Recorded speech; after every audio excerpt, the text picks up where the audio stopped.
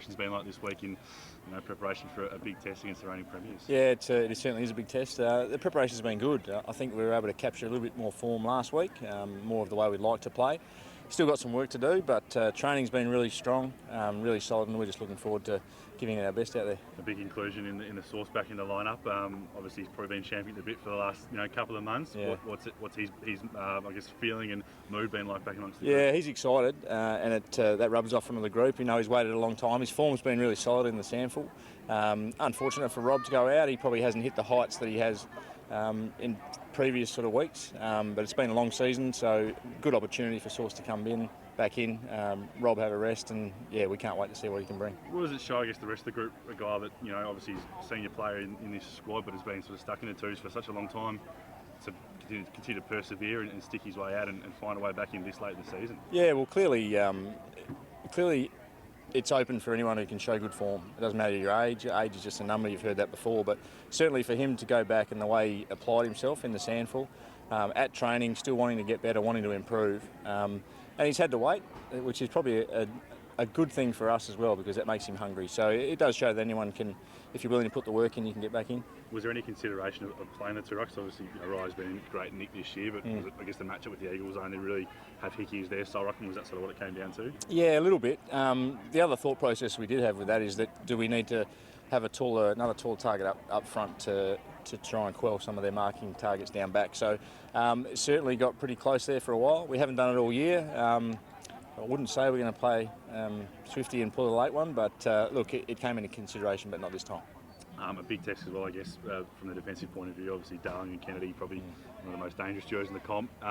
Kennedy's obviously been in and out of form this year, but Darling's in great touch. I mean, who does Talia go to when you put that first magnet down? It's a tough decision to make, I guess. Yeah, who do you just throw them up there and see what happens, don't you? But normally Daniel gets a Kennedy matchup for us, so that's probably what we'll start with, I think. And but it's strange. They're not only those two guys in really good form and dangerous, but they got those smalls working around the place, and Oscar Allen as well as that guy who can second ruck but also mark the footy. So it's not just those two, but being able to curb their influence is going to help us. Given Hickey and Allen often go down there as well, I mean, who's going to have to sort of step? Would have been nice to have, I guess, a guy like Keith back in the squad. Who's going to have to step up, because it seems like he might be a little bit undermanned down there? Yeah, well, we think we've got the personnel to cover it. I think Cole Hartigan will take one of those guys, and Andy Otten's another one who's clearly got a bit of experience on his side and certainly knows how to play against those tools. So we think we've got the right options there. Unfortunately for Alex, he's probably another week away. We thought he might have got up for this one, but we think we've got that personnel down there. What's the feeling like amongst the playing group with the finals? Sort of the lure, obviously.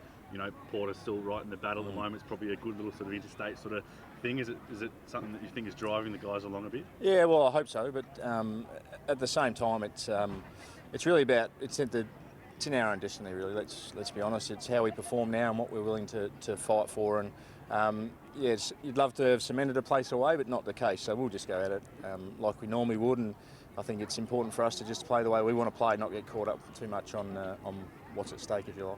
And just lastly, a bit of a quirky one, I know, but there's been a bit of talk at the moment about the priority pick with Gold Coast. With you guys getting the spot from Carlton and obviously a high pick looming there, do you think it's fair that a side can get a priority pick and it sort of pushes you down the order as to what you might have been expecting come that Yeah, well, maybe for us, because we potentially might have a higher pick than normal, potentially. But at the same time, I'm not really sure on this one. It's sort of up for debate, because then where does the trading and the drafting come into it, if clubs get that. But having said that, we need Gold Coast up and playing well and having some good talent up there. So, up for discussion, not for me to make the mind up.